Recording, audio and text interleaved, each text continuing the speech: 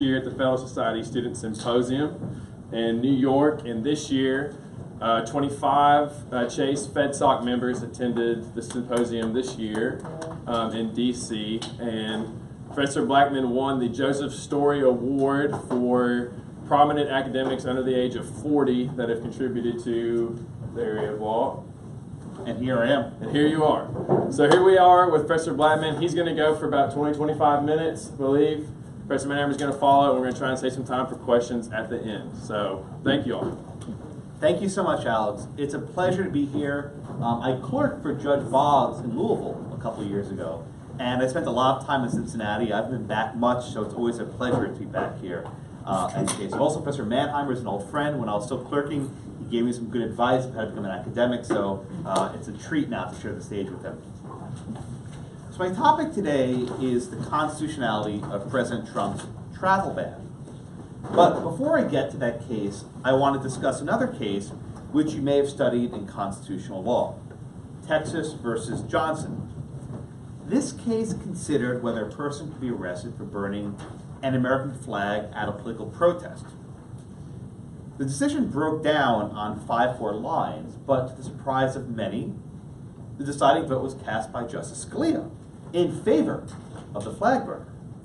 Scalia was no fan of flag burners. He once said, if it were up to me, I would put in jail every sandal-wearing, scruffy-bearded weirdo who burns the American flag.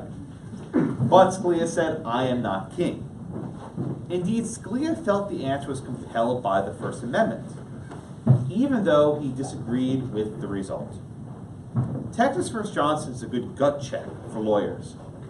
If your understanding of constitutional law overlaps entirely with your own philosophical beliefs, you may want to reassess the former. That is much how I feel about the travel ban. I'm a libertarian, and I generally favor open immigration policies. I think the idea of banning entry of aliens from certain nations merely because those countries have been associated with terrorism is an awful policy. The executive orders will cause hardship to families, refugees, and those seeking a better life. I am also doubtful the policies will do much to improve our national security. Yet, with my cards on the table, I am firmly convinced that the Congress gave the President the power to take these actions, and the Constitution does not bar him from exercising the powers in their manner which he did. So my talk today will be in 5 parts. First, I will walk you through the history of the travel ban, including statements made by then candidate Trump and statements made by now President Trump. Second, I will discuss the contents of the 3 executive orders which have been halted by the courts. Third, I will discuss whether Congress has afforded the President the authority to take these actions. Fourth, I will discuss whether these actions conflict with the First Amendment, namely the Establishment Clause. Finally, I will give you a preview of the Supreme Court's upcoming arguments next month in Hawaii versus Trump. So our story begins way back in December 2015. Then candidate Trump said, quote, we need a total and complete shutdown of Muslims entering the United States until our country's representatives can figure out what is going on. Those were his words. Over the next few months, Trump shifted his position.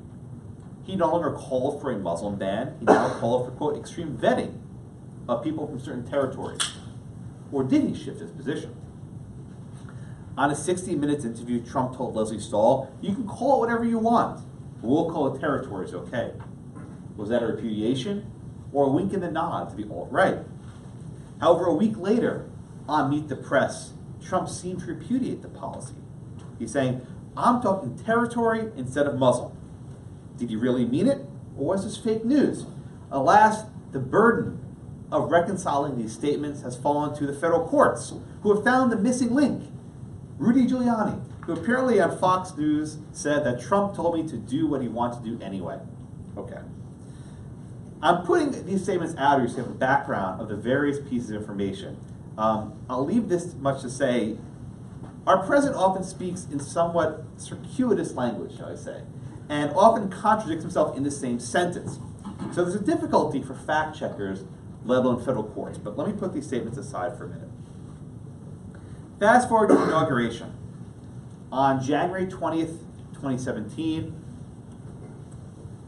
President Trump took the oath of office. 1 week later, on January 27th, 2017, he signed the very first executive order. I'll call this version 1.0. For 90 days, aliens from Iraq, Iran, Libya, Somalia, Sudan, Syria, and Yemen, from 7 countries, were deemed detrimental to American interests, and they will be denied entry to the United States. The refugee program was suspended for 120 days, and Syrian refugees will be denied entry indefinitely. Almost immediately after the order was signed, chaos emerged. Now imagine this. You had a visa. You got on a plane in London. Your papers were in order. As you were crossing the pond, President Trump signed this executive order. You were no longer able to enter the country. As a result, airport officials began detaining nationals of these 7 nations. Almost immediately, federal judges issued orders, what are called habeas corpus writs, to let these people free. And indeed, they should have been. Many of them were green card holders who had a presumptive right to enter the United States. This was a disaster. It was an absolute complete mess. There was no notice, no guidance. Bad, bad, bad. But the next step was far more significant. Instead of just releasing the people in custody who were stuck at the airports, Washington and its Attorney General filed a motion for a temporary restraining order to bar the enforcement of the travel ban. A federal judge in Seattle, after maybe an hour or 2 of arguments, issued an opinion, what amounts to a global injunction, not nationwide. It's not nationwide, it's global, barring the enforcement of this executive order. His opinion had maybe a couple sentences of actual analysis of why it was unconstitutional, nothing really meaningful, but it was barred. The government sought mandamus from the Ninth Circuit Court of Appeals. It was denied. They sought en banc review from the Ninth Circuit. It was denied. Trump could have gone to the Supreme Court to seek review. He did not. Instead, they said, we'll issue another executive order. So the first order was withdrawn. We'll move ahead to version 2.0. It was issued on March 6, 2017. There were some changes to the second executive order. First, Iraq was removed from the list. Second, green card holders were made clear are not subject to the ban. The second order also changed its focus. Instead of saying that these individual aliens are dangerous, it said, we do not have good relationships with their countries, and we don't have adequate sharing of information. That is, we can't verify a person from this country is who his documents say he is. Surprise, surprise, this order was challenged in court again. The Attorney General of Hawaii challenged it, as did groups in Maryland. The District Court of Hawaii found that this policy was unconstitutional, and then the District Court in Maryland also found the policy was void. So we have another round of global injunctions. The Fourth Circuit and the Ninth Circuit upheld those judgments, and they went to the Supreme Court now. But something different happened. While all the lower courts at that time had ruled against President Trump, the Supreme Court split the baby, so to speak. They said that the travel ban can go into effect for people who don't have what are called bona fide relations with American persons. I'll get to that term in a minute. But if you are a person who lack any meaningful relation to a U.S. person, the ban can go into effect. The fact that the court allowed part of the ban to go into effect was a signal that maybe the lower courts were not exactly getting it right. After this decision, there was a lot of litigation about who has a bona fide relationship. Ultimately, they said it's basically anyone. Aunt, uncle, cousin, sister, brother, sister, whatever. Everyone's basically included. But that didn't really matter, because version 2.0 was, again, only temporary. It was meant to last for 90 days. And during this 90-day period, there would be an investigation into how to implement a final proclamation. Okay? And that proclamation was indeed issued on the 90th day. Fast forward to September 2017. President Trump issues the third executive order, what's called the proclamation. I'll just call it 3.0 to make it easy. There are some changes to this order. First, we have a couple of new countries. Chad, North Korea, and Venezuela were added to the list. Chad, you may not know, is a pretty much predominantly Muslim nation, although it's like 51%, it's pretty close. North Korea As you can tell, it doesn't have many immigrants coming to the United States, so there's not much going there. And Venezuela has very few people, mostly diplomats, who are subject to this ban. So even though a couple countries were added, you're still stuck with predominantly Muslim nations under the policy. This policy, though, is meant to be more or less final. It will be reviewed every 180 days, but it doesn't have a stopping point. Surprise, surprise, same thing happened. You had challenges to the policy in Hawaii and in Maryland. The district court in Hawaii issued a global injunction. The district court in Maryland issued another global injunction. Appealed. Ninth Circuit upheld it. Fourth Circuit upheld it. Back to the Supreme Court, right? It's the exact same thing over and over and over again. But something different happened this time at the Supreme Court. The Supreme Court, instead of allowing part of the policy to go into effect, allowed the entire policy to go into effect. As it stands now, what are we, March 2018, the last 3 months or so, the full travel ban has been in effect. The entire policy, not part of it, all of it. Now let me tell you something. When the Supreme Court votes to allow a stay, right, when they let a lower court judgment, they put it on hold, that is a very good sign they will reverse. And I've done the math on this. For the last decade of the Roberts Court, whenever the court grants a stay of a low court decision, they reverse. And to make this blunt, when Justice Kennedy agrees with a stay, when he votes to give a stay, he reverses. So this was my first signal that, okay, Trump's going to win this one, right? Doesn't make it right or wrong, but more likely than not, that they allow this to go into effect means Trump's probably going to win. Right? But that's not dispositive. So I want to now turn to, is this policy lawful? And again, there are two components. There's a statutory component and a constitutional component. So the first statute I want to read is this. 8 U.S.C. 1182 F. It says, let me read it to you.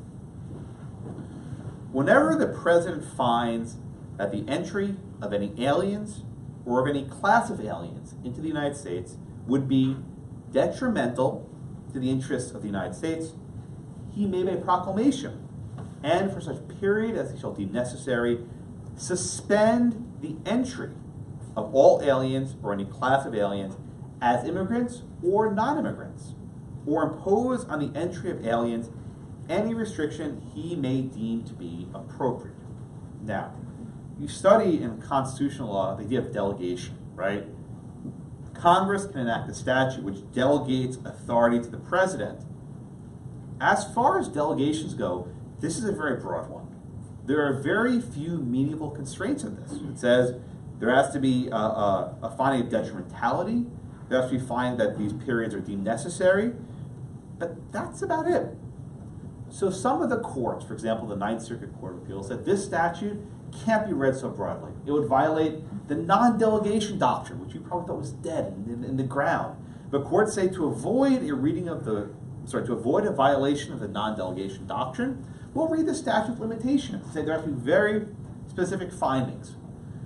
The problem with such a holding, though, is the Supreme Court already addressed this dynamic. You see, the power of exclusion is not only a legislative power. The Supreme Court said it's also an executive power. In the case called Shaughnessy versus Knopf, they said this is an inherent executive power, that by virtue of taking the oath of office, the president now has power over exclusion. That's different than naturalization and visas. I'll get to that in a minute. But even if Congress had never enacted this statute, I think Trump would still have the power to deny entry to people he deems dangerous. Right? If we are in a state of hostility with another country, and the president needs to block belligerents from coming to the United States without going to Congress, I think he could do that with ease. But we don't need to make that argument, because Congress did in fact enact the statute. And we know from the Steel Seizure case, Youngstown, right, Justice Jackson, when Congress gives its authority to the president, and the president has his own authority, when those two forces are acting together, the executive is at the apex of our entire system of government. And at this first tier of Jackson's framework, judicial scrutiny is at its absolute minimum, which is the exact opposite of how courts have looked at this. Now, the Ninth Circuit ignored this altogether, saying there's no inherent power. They ignored Knopf. They just ignored it. A concurring judge in the Fourth Circuit, responding, I think, to me, said, aha, I'm going to read Knopf differently than Blackmun did. He misread it, okay? If you read Knopf for what it says, there is this inherent power. Now, maybe they'll overturn that case. I don't know. But if this is as precedent says it is, President Trump has this inherent power. He doesn't need Congress. He has Congress with him, so this is upheld. But that only concerns entry. There's a second argument the challengers make, which concerns visas. Under the most recent proclamation, there are limitations on the granting of visas from people of these 7 countries. Now, there's a big provision, big statute, the 1965 Immigration and Nationality Act. This was a really big law signed by President Johnson, and it was designed to, among other things, eradicate the quota system. You know about that, right? Where in the olden days with immigration, if you wanted a visa to come to the US, depending what country you're from, you could get a visa or not. There were limits, numeric limitations on who got quotas. Unsurprisingly, if you're from, England or, Canada or Scotland, visas were plenty. If you're from Africa or maybe Asia, visas were very small, okay? Racist quotas, there's not much other way to say it, right? The 65 Act it's snowing, lovely. The 65 Act eradicated these quotas, right? They eradicated these quotas in a statute that says, no person shall receive any preference or priority or be discriminated against in the issuance of an immigrant visa because of the person's race, sex, nationality, place of birth, or place of residence. So as a threshold matter, even today, with respect to the issuance of non-immigrant visas, like a tourist visa, you can discriminate on the basis of nationality. It's in the statute, right? So the quota system only affects immigrant visas. You say, wait a minute, Josh, but what if someone's applying for an immigrant visa, permanent green card, for example, from Iran or Syria? Does that violate the statute? Aha. But there's another provision in the statute, the next paragraph, which says, nothing in this paragraph shall be construed to limit the authority of the Secretary of State to determine the procedures for the processing of immigrant visa applications or the locations where such applications will be processed. I think you have to read this subparagraph B in a fairly broad fashion. It says you can consider nationality when determining the procedures for granting visas. The reason why I think you have to read this paragraph broadly to allow the travel ban is an absurdity, right? Imagine we go to war with Germany, name your country, right? And then a German national, member of the National Socialist Party, asks to apply for a green card. And the president says, no way, you're from Germany, not giving you a green card. Says, aha, but the statute, I'm going to sue you, right? Because you're discriminating on the basis of nationality. When you get to these national security questions, you need to read statutes so as not to intrude upon the president's national security prerogative. This is not the best reading of the statute, and I'll concede that. But it's one the government's adopted before and is entirely permissible to avoid this clash between the INA and national security law. So I think ultimately this is where the president saves it out, to the extent that immigrant visas are being denied on the basis of nationality. Okay, that's the statutory argument. I want to now turn to the constitutional argument. So we all know the Constitution has the First Amendment, which has the Establishment Clause. The Establishment Clause has been interpreted by the Supreme Court to say that the government can't favor or disfavor certain religions, right? Usually this comes up with, say, can you have school prayer, right? Or can you have a creche at City Hall? Or you're allowed to, have a cheerleaders have, Christian slogans in a banner, right? That's usually where the First Amendment comes up. But this is a little bit different context, right? The argument here is that by imposing the travel ban, President Trump has expressed a disfavor of Islam, right? An animus towards Islam, and he favored Christianity. And that this favoritism and animus violates the Establishment Clause. And I read for you before some of the statements that would lend credence to the animus claim. But I'll go back to that in a minute. There's a threshold question that none of the judges have bothered to answer, which I've been arguing now for almost a year. Does the Establishment Clause even apply in the immigration context, right? We say, of course it does, Josh. Well, not so fast, right? Constitutional rights don't apply overseas the way they do here. And let me explain what I mean by that. We have various provisions of the immigration laws that expressly consider religion. Were they subject to the Domestic Establishment Clause precedents, they'd be unconstitutional. But no one has ever suggested they are. So let me give you a few examples. There are lots of visa categories, right? For everything. Say you have special skills, you're smart, you're a lawyer, you're an artist, you're a model. There are lots of visa categories. There's not a problem there. But there's one visa category for ministers, right?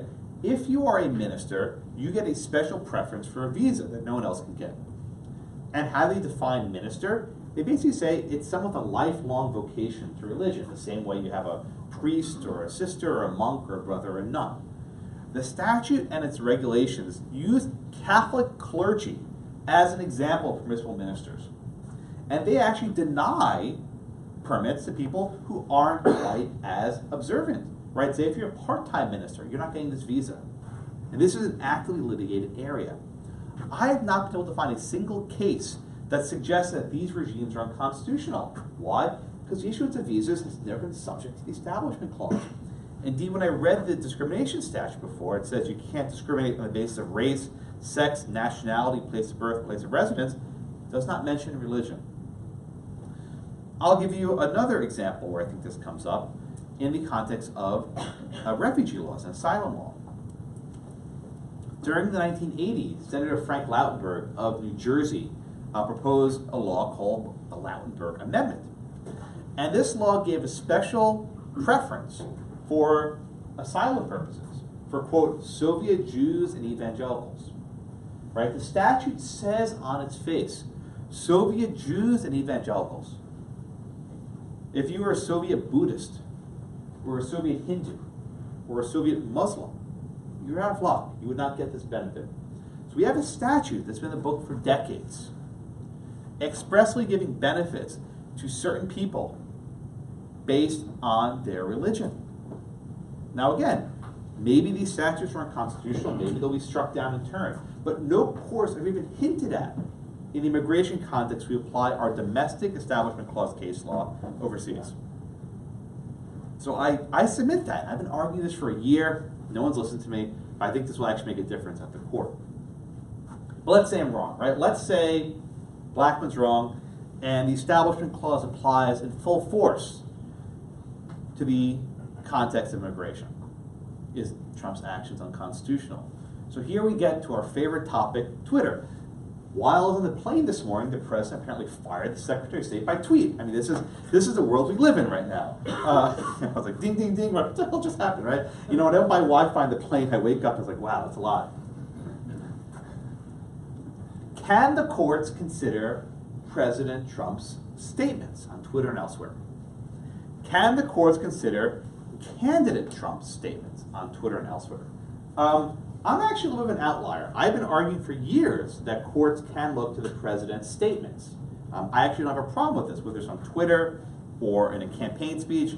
It doesn't matter. The president is a sole organ of the United States, and when he speaks, it matters. I don't really care the context of it eitherwise, right? But the problem is, I don't see how courts can rely on campaign statements, right?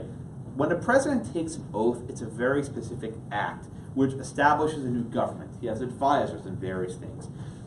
When you're on the campaign trail, you're trying to get elected, right? Maybe you're always in the campaign trail for Trump, but when you're on the campaign trail, you're trying to get elected, and you will say and do the most absurd things to appeal to the electorate. Now, maybe Trump believed it, maybe he didn't. I'll let you guys decide this, right? Maybe it's all sincere. But I think it sets a very dangerous precedent for courts to start looking at campaign statements, especially campaign statements he backed away from, as definitive proof of what's in his heart of hearts. The leading case, McCreary County, says that you can't psychoanalyze the president, or any person in government for that matter.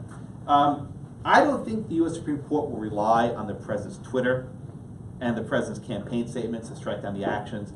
Maybe I'm wrong, but I think there's very good policy reasons not to do that. And if you limit yourself to only the post-inauguration statements, you don't build the case for animus. Court said, well, he retweeted some, anti-Muslim tweets and stuff like that. I think that's a bit of a reach. When you have the president, the executive order here is facially neutral. It does not have any sort of religious discrimination on its face. It does single out 5 or 6 predominantly Muslim nations, but leaves the vast majority of Muslim nations untouched. I don't think you have enough there to find that this action, which has been vetted by the entire U.S. government, cannot be supported. Rather than saying that the standard is anything like strict scrutiny, I think for this sort of case, we're in rational basis land, and there's more than a rational basis to survive. So again, I think that the president has a statutory authority. I don't think he's violating the statute, and I don't think the Establishment Clause even applies here, but if it does, I don't think you have a violation. Okay. Now let me give you a brief preview of what I think is going to happen next month at Argus. I'll share with my good friend, Professor Mannheimer. So far, Trump has lost in every single lower court. Unsurprisingly, the plaintiffs filed wisely in circuits that will give them the benefit of the doubt. There's nothing irrational about this. You will all be lawyers one day. Forum shopping is good. Don't listen to Erie, right? When you can forum shop, you should. It's actually to your client's detriment not to forum shop. So if you're trying to sue Trump, you sue him in Hawaii, you sue him in Maryland, you don't sue him in Texas. Would not go very well down there. But same way when you want to sue Obama, you sue him in Texas, right? That's what you do. You don't sue Obama in Hawaii. That would be a bad idea. Okay. But the Supreme Court, I think, will approach this case very differently than have the lower courts, right? If you guys open up your common law casebook, how many courts of appeals decisions do you have in there? Right? How many circuit court decisions do you have in your common law casebook? 0? I think I have 1 in mind, right? No one cares about the courts. No offense to judges who teach around the Court of Appeals, but in the long run, no one remembers a circuit court decision, right? No one cares, right? Everyone knew that eventually the U.S. Supreme Court would have the final say in this issue. And when the Supreme Court speaks on an issue of the separation of powers, and presidential power more specifically, it makes a difference. Decades from now, people will be citing this case the same way people cite the Steele seizure case, right? The same way they cite Daines and Morby Regan, the same way they cite, the Guantanamo cases, right? People will cite these cases in scenarios that you can't anticipate. For the court to put a constraint on Trump, it's not only a constraint on Trump, but a constraint on President Elizabeth Warren, right? Or President Bernie Sanders, or President Malia Obama, whoever it happens to be, right? When you put these constraints today, they linger on. And I think the court will be very attuned to that. They're no doubt freaked out by Trump, but they realize he'll be gone in 3 to 7 years, and God willing, the Republic after that, right? But they can't issue these sort of glib opinions and think, well, if a court finds the president's tweets are offensive, then we can enjoin a global policy because. No, that's not going to happen. This is why I think the court allowed the ban to go into effect a couple months ago. They recognize that this is an unsavory policy. I don't like it. I'm sure they don't like it. But it's within the president's statutory authority, and if not, the statute should be so read so as not to infringe on this core executive power. I'll stop here, turn over to Michael. I welcome your questions, but thank you so much for your attention.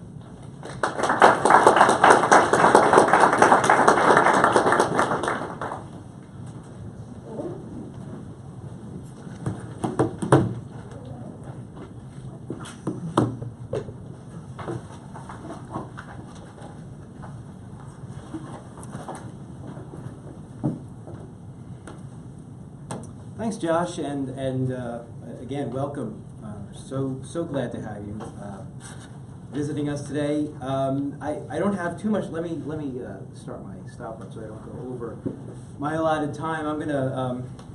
I really want to save time for questions, so I'll try not to go over 12 to 15 minutes.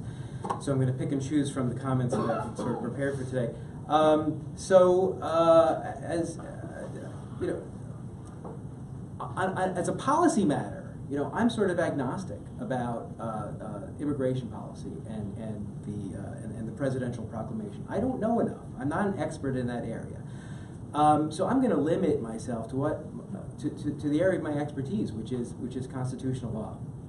I'm also not going to comment on the statutory argument. Josh makes a good case against the statutory argument. I haven't studied that well enough to really know who should win on that. I do know that Judge Wynn on the Fourth Circuit said that usually we try to, there's the constitutional avoidance doctrine, right? Courts try to avoid constitutional issues. And Judge Wynn, in a concurring opinion on the Fourth Circuit, said we shouldn't do that here because the statutory argument is really hard and the constitutional argument is really easy. So let's just do the constitutional issue. He may well be right. I do think the constitutional issue is relatively easy. So in this case, I'm co-authoring an amicus brief. I co-authored an amicus brief in the fall with Ilya Somin at George Mason. I believe you know Ilya. He was my professor. He was your professor. On behalf of ourselves and 4 other law profs arguing the constitutional issues. And we're going to be refiling that brief, basically just crossing out the date and putting in a new date and submitting it to the Supreme Court. A little more complex than that, obviously. So I want to make, in the limited time I have, just the 3 points that we make in that brief. First, immigration law and policy is subject to judicial review, and just like any other federal law or policy, and any statements in Supreme Court cases to the contrary is dicta with no basis in precedent. Second, the Establishment Clause is violated when immigration law and policy is based on religious animus. And the notion that Josh suggested that federal action is due more deference under the Establishment Clause than state or local action has it exactly backwards, and I'll tell you why that is. And then third, which I may or may not get to, but I will talk a little bit about the president's statements and tweets both before and after inauguration and why they show that Proclamation 9645 violates the Establishment Clause. So I'm going to spend most of my time on the idea that immigration law and policy is sort of immune to judicial review. And Josh suggested this, although he didn't really tell us why that might be. And I think the reason he didn't tell us is because there aren't really great arguments as to why that would be, that immigration law or policy would be immune from judicial review. Although the court has said some things over the course of the years, when you dig down into the cases, it's really based on dicta. And if you trace the dicta back to its source, it doesn't say what the government says it says. So let's go back to the beginning. The Chinese exclusion case, Che Chan-ping versus United States, 1889. In short, Che Chan-ping was a Chinese laborer living in California, and he goes back, he's a Chinese national, not a citizen. He goes back to China to visit his family, and while he is on the boat, on his way back to California, Congress enacts a statute excluding Chinese laborers. And he's not allowed in, and the case goes all the way to the Supreme Court, and they uphold the statute. Now, everybody understands that the Chinese Exclusion Act was viciously racist against Asians. What people don't realize is that Che Chan-ping never challenged it on those grounds. He never said this is a violation of the Equal Protection Clause, for good reason. The Equal Protection Clause, by its term, doesn't apply to the federal government. It says no state shall. And the idea of the Equal Protection Clause sort of being reverse incorporated against the federal government didn't come into vogue until 55 years later, or at least it wasn't confirmed by the Supreme Court until 55 years later in the Korematsu case. So Che Chan-ping raised a variety of constitutional and treaty-based claims. The way the Supreme Court characterized it is this. The validity of the act is assailed as being in violation of existing treaties between the United States and China and of rights vested in Chinese laborers under the laws of Congress. So he makes sort of a hodgepodge shotgun claim that basically he's being deprived of his substantial rights by not being allowed into the country where he had his home while he was on the boat back to his country of domicile. The bulk of the decision is about establishing the fact that immigration is a federal power, that the federal government as a sovereign government has the power to limit entry into the country. This is really a decision about federalism, though. It's about the fact that we have to speak with one voice in areas of immigration. The court rejects sort of states' rights arguments that the federal government just doesn't have this power. The quote that the government loves to cite is this from Che Jianping: "If the government of the United States, through its legislative department, considers the presence of foreigners of a different race in this country who will not assimilate with us to be dangerous to its peace and security, its determination is conclusive upon the judiciary." Putting to one side the racism baked into that statement, it doesn't say that the judiciary is categorically barred from ever reviewing immigration law and policy. It just says that judiciary is not situated to comment upon the policy of the United States. If there's a specific constitutional provision that the immigration law and policy is claimed to violate, then of course the judiciary can review that.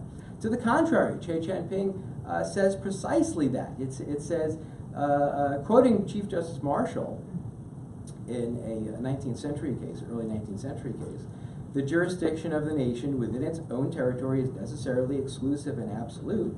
It is susceptible of no limitation not imposed by itself." Well, the Establishment Clause is a limitation that the United States imposes on itself. Powers over immigration, Che Jianping goes on to say, like all federal powers, are restricted in their exercise only by the Constitution itself. So Che Jianping actually stands for the proposition that, of course, the Constitution applies to immigration law and policy.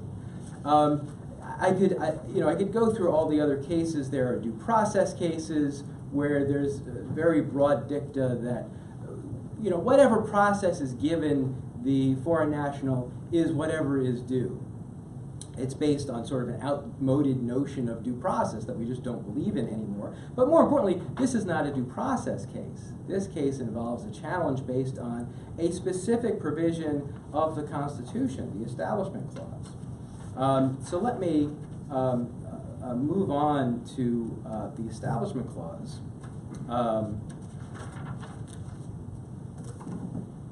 So the Establishment Clause prohibits the federal government from establishing a national religion or preferring one religion over another. What most people don't understand, though, is that the Establishment Clause is primarily about federalism. It prohibits the federal government from ruling in matters of religion because in 1791, when the Establishment Clause was adopted, religion was seen as purely a state and local matter. In fact, the Establishment Clause says respecting an establishment of religion because it meant that federal governments could not interfere with state establishments of religion. And states did establish religion. States ran the gamut from the New England states, which had an established religion. Massachusetts had an established religion until the 1830s, Congregationalism. Connecticut as well. South Carolina established Protestantism in general, so a little bit more ecumenical. Maryland and Georgia were more ecumenical still by including Catholicism within their general establishment of Christianity. Delaware, New York, Pennsylvania, and Rhode Island had no official state religion, no taxes in support of religion, but they still required religious tests to hold public office. And then Virginia, on the sort of disestablishment side of the spectrum, didn't have an official religion, didn't tax in favor of religion, and didn't have a religious test for office holders. The Establishment Clause was understood in 1791 as sort of cementing this understanding that the federal government would not get involved in religion. The whole, as Justice Story wrote, the whole power of the subject of religion is left exclusively to the state governments. Now, that state power over religion was, of course, limited by the 14th Amendment, right, which prohibits the state from favoring or disfavoring particular religious groups. Yet, the Establishment Clause still has its original meaning that it had in 1791, that the federal government cannot interfere with whatever residual state power over religion survives the 14th Amendment. And this case shines a spotlight on that residual state power over religion that survives the 14th Amendment. You might be thinking, what possible state power could there be over religion, given that states can't, under the 14th Amendment, can't prefer or discriminate against particular religious sects? Why does Hawaii object to the travel ban aimed at Muslims? Hawaii wants to enhance its own religious diversity. Hawaii doesn't have the authority to show favoritism toward Muslims. That would probably violate the 14th, or at least raise serious constitutional concerns. A state can't show hostility toward religion or favoritism toward religion. But what a state can do is seek religious diversity and actively seek to maintain, enhance, and promote religious diversity. And that's what Hawaii wants to do. It wants to keep its doors open to all religions. It likes diversity. It wants to enhance religious diversity. To go out of its way to make it a state that is welcoming for adherents of all faiths, including Muslims. That policy toward religious diversity is a matter of church-state relations that is reserved to the states by the Establishment Clause, and that is part of that residual state authority that survives the 14th Amendment. So, if the presidential proclamation, I'll try to do the rest in about 2 minutes, but if the presidential proclamation was motivated by animus against Muslims, then it interferes with this permissible state authority over religious matters, and therefore violates the Establishment Clause. The government's argument that more deference is due to the federal government than a state or locality has it exactly backwards. The Establishment Clause applies directly to the federal government. For 77 years, it applied only to the federal government. States and localities are constrained by the Establishment Clause only as it's refracted through the lens of the 14th Amendment, as Akhil Amar once put it. Okay, so the upshot is, was this motivated by religious animus? Well, Josh mentioned the campaign statements made by Donald Trump on his website, on the Trump website, on December 12, 2015. It says, Donald J. Trump is calling for a total and complete shutdown of Muslims entering the United States until our country's representatives can figure out what is going on. Because that's coherent. Coherence aside, that was not walked back. That was on the website until May of 2017. It was on the website after the inauguration, after the initial executive order was struck down, after executive order number 2 was struck down by 2 district courts. It wasn't taken down until May.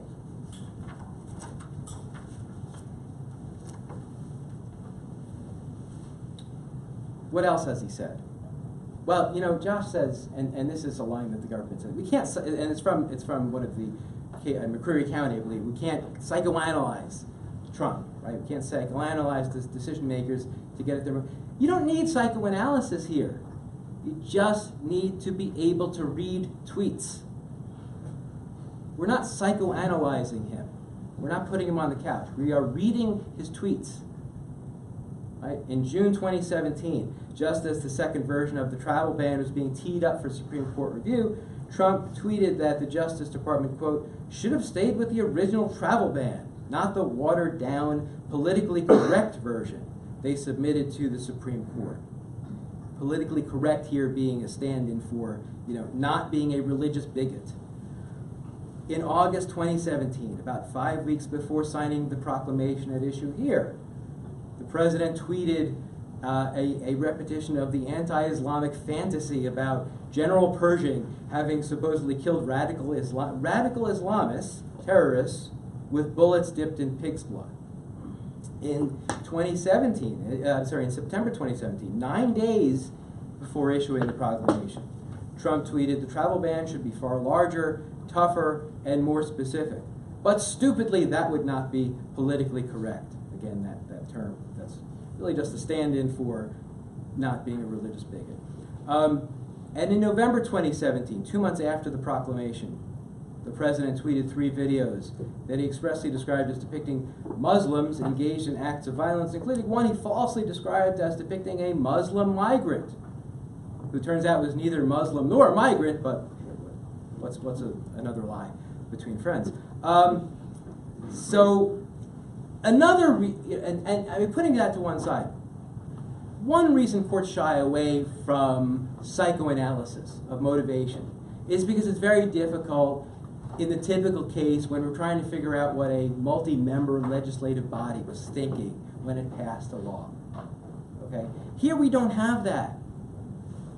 We have one person. It's one person's motivation that matters. Right? We have a unitary executive. Article 2 vests executive power in the president. The idea of a unitary executive is near and dear to the hearts of Federal Society members. That's why James Comey, remember James Comey, when he resigned, or when he was fired, he wrote in his farewell letter, "I have long believed that a president can fire an FBI director for any reason or no reason at all." Right? We have a unitary executive. So Trump probably can't be charged with obstruction of justice as a criminal matter, because it would be impossible for a president to obstruct justice if he's the one in charge. But with the sweet comes the bitter, right? If we have a unitary executive, then the travel ban is Trump's and Trump's alone. So it can't be sanitized by the fact that we've had, members of Homeland Security and members of the Defense Department and the State Department making all these findings. He can't sanitize it simply by pointing to those studies. Let me end by, because we're really running short of time. Let me end with one of the arguments the government made, and Josh mentioned this also. The proclamation and its prior iterations don't ban all Muslims, right? And they don't ban. They don't just ban Muslims. They ban non-Muslims too. If a non-Muslim is coming from Chad, right? Suppose a person lobbying to be the CEO of a corporation promises that if he's chosen as CEO, he's not going to hire any African Americans for whatever reason, right? He thinks they commit more crime. He thinks they're not good workers. I'm not going to hire any African Americans. He gets the job, finds out I can't do that. There's something called Title VII. So he implements a policy forbidding employment of anyone who attended the following colleges: Spelman, Howard, Morehouse, Tuskegee, Fisk, NC Central, and Florida A&M. For those of you unfamiliar, those are what we call HBCUs, historically black colleges and universities.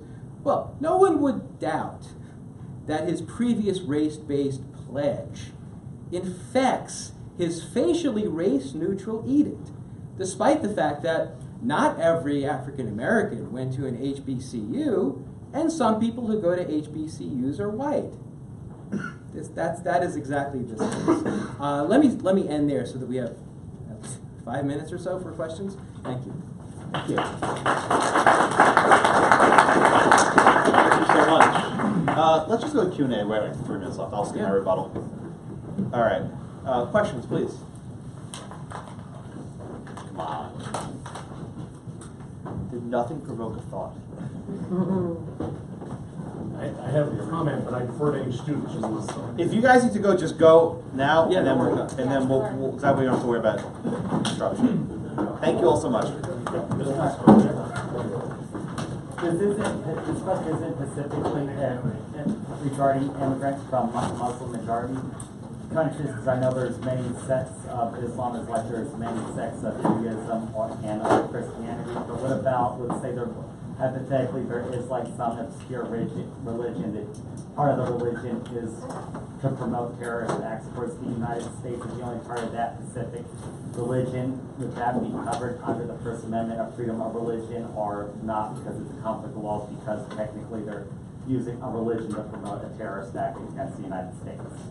Yeah, obviously the United States has a right to do that. Yeah, I'll respond to Michael makes a good point about banning all the HBCUs.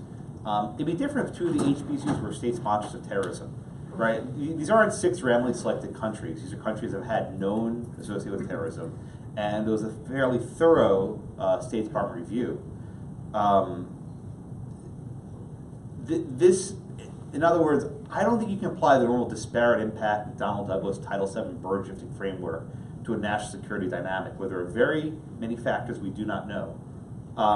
If we were to just take out the world atlas and pick the 6 countries are most likely to send terrorists to the United States, by any objective measure, you probably wind up with more or less a country selected.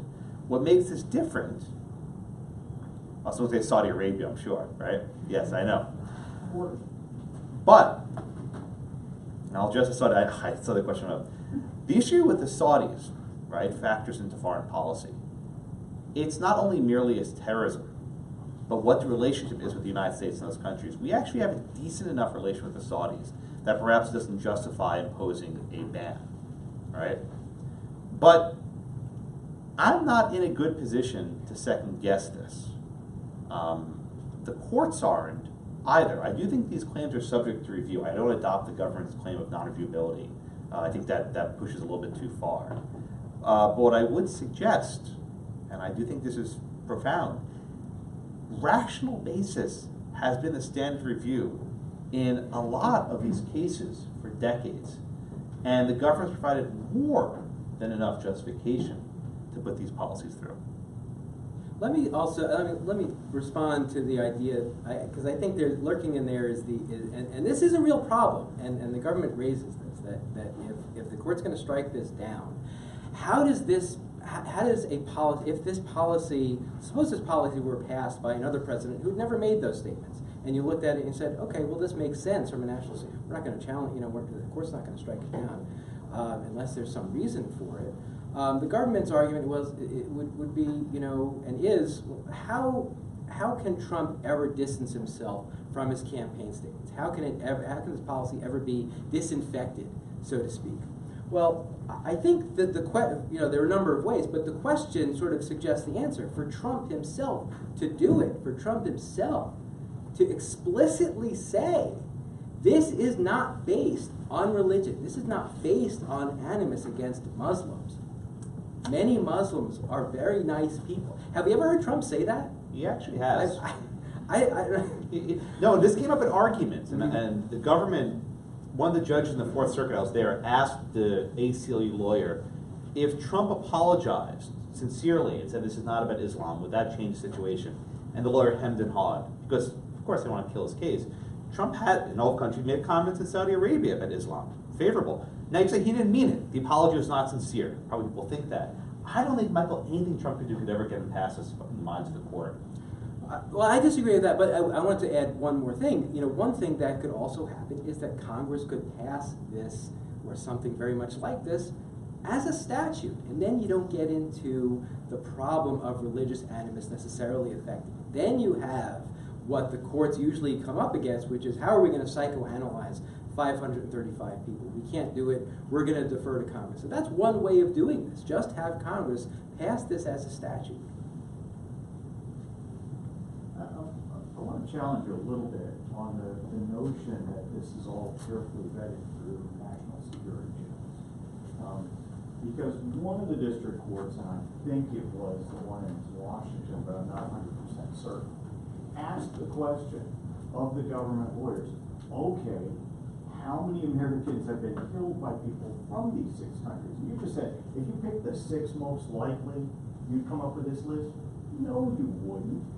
The answer to that question, which the judge had to answer himself, because the government lawyers knew the answer but didn't want to give it, was 0. The countries that have actually had terrorists kill Americans were not included because of, as you noted, foreign policy reasons. Yes, you can start with Saudi Arabia, but you don't need to end there. And nobody from the government has ever been able to explain why between 2 and 3, Chad got added. The only result of that has been the death of more Americans, because our adding Chad caused them to stop supporting our troops in Niger. And within a week, we lost 4 Americans, about which the press doesn't care because they were uniform wearers. So if you're going to make the argument this is all national security stuff, I think you're going to have to provide us a little more detail and not just say bad people come from these places. So the first travel ban, and I remember the exchange with the judge in Washington. It was actually, there was one Somalian refugee who did engage in an act of terror, killed someone, but that's put that aside. The question for the first travel ban was about deaths. The second travel ban shifted the focus. It wasn't on how many people from these countries engage in acts of violent terrorism. The question was, are these countries sharing adequate information so that we know who these people are, or they say they are? Now you say that's the wrong question, right? But the State Department did a thorough review. I think it's thorough. I think it's bogus. Maybe it is. Maybe it's not. But when the State Department does a review and says we don't have adequate sharing with these countries, other countries do, that I think is a position they can justify. And it's not one I think the court's in the power to second guess. Yes, sir? If they were able to justify what you just said and they pass that on to Congress, he's created the executive order and he passes that on to Congress, do you think that Congress will actually accept that argument, or do you think they would probably bump it back? Well, my first answer is I don't think they need Congress. The court has recognized this inherent power of exclusion, so I don't think you need a statute. The second point is Congress did enact the statute. They said the president can suspend entry for any class that he deems detrimental. That's a very broad delegation of power, which gives the president a lot of authority to decide who is and who should not be excluded. Now, if Congress wanted to pass the Travel Proclamation Act of 2018, I suppose you could have that. And it would probably, I think, cure some of the Establishment Clause issues that Michael mentioned, but I don't think such a statute would be necessary. 1 and 2? I have a question just like based on informational standards, maybe one or two of you, both of you can answer. How much of this Justice Department review, like the intelligence, how much did it carry over from the previous administration to the current? 180, total opposite. Okay. Yeah, I mean, look, this is something we learn on a daily basis, right? The president likes changing his mind very often, right? He just fired his Secretary of State while he was on the plane this morning, it appears. The Obama administration determined that certain sanctions were in order for these 6 countries, right? Specifically, they were not subject to the visa waiver program. That is, if a national of, say, Iran wants to visit the United States, they need to apply for a visa. It's not like going to like England or some other countries in ally. So the Obama administration said these countries warrant some additional restrictions for their immigrants. They didn't go nearly as far as the travel ban. In fact, a number of former Obama administration officials have filed briefs in these cases saying that we don't think this is valid. That's nice, but they're not in power, right? They lost the election. And with the election comes certain spoils, which I don't like very much. I think this policy is silly and unduly burdensome for people who don't pose us any meaningful threat. But that's not my judgment to make. I have no comments on that. Why don't we get to the last? Yeah, I mean, last question? Back? Yeah. If we do apply the establishment clause against the president in this matter, do we also have to apply, or would we apply the other parts of the First Amendment against the president in setting immigration policy? Which other parts are you talking about? Well, would you apply freedom of speech, freedom of association against the president and say you can't discriminate on these matters? Yeah, and I think that, we would, and the court has, and there are only 2 cases, which I had prepared to talk about, but being short on time, I skipped over that. There are 2 cases, one from the 50s and one from the 70s, involving exclusion of communists. And back in the 50s... Was that exclusion or deportation? I think it was both. Was it Troll Fidelis? And Ken Fidelis, right? The Harrisaitis case was Harrisaitis was a deportation case. Mandel was an exclusion case, so I think it's both. Well, Mandel is the rights of the Americans, though. Right. But I mean, in general, the both cases involve exclusion of a communist. The Mandel case is the one that the government relies on the most. I wish we had more time because I could really talk about that one. But in both cases, well, in the Harrisaitis case in the 1950s, the court said you can deport someone for being a communist. And everyone points to that, and that produced some dicta that's very broad that says, well, the court can do in the immigration context things that it can't do in the domestic context. But what people don't realize is that 9 months earlier, 9 months before Harrisaitis, the Supreme Court had upheld the Smith Act, which made being a communist a criminal offense. So if you could put an American citizen in prison for being a communist, of course you could deport a foreign national for being a communist. They're simply applying the same First Amendment to both groups of people. It's just that we now have a more robust understanding of what the First Amendment means. So yeah, I think the First Amendment ought to apply to foreign nationals, and that's essentially what the court has done. I'll finish with this comment. If this was a case of people in the United States, my answer would be totally different. When you're in the United States, in the sovereign territory, maybe even Guantanamo Bay, you're protected by the Constitution. When you're seeking admission, that's a very different standard. And there the Constitution does not apply in the same fashion. if I could just add one to that. Final words, Mr. because- Manheimer. Because I think that's the wrong way of thinking about it. That it's not about individuals having rights, it's about restrictions on the government. And the Establishment Clause is a structural restriction on what the government can do. So it's really not helpful to think of, the 7 billion people in the world who have individual rights against the government. It's about what our government is prevented from doing. Last word. Thank you. Thanks.